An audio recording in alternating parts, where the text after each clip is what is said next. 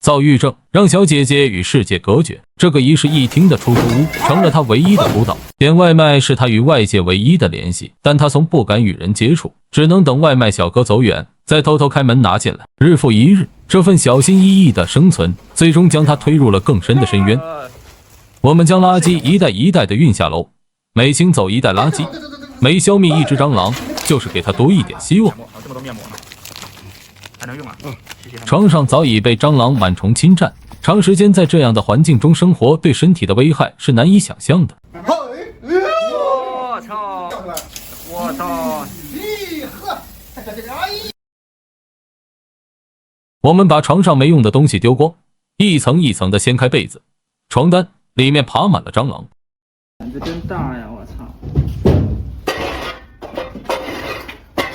不得不说，南方的蟑螂确实比北方的蟑螂又大又猛。我们把床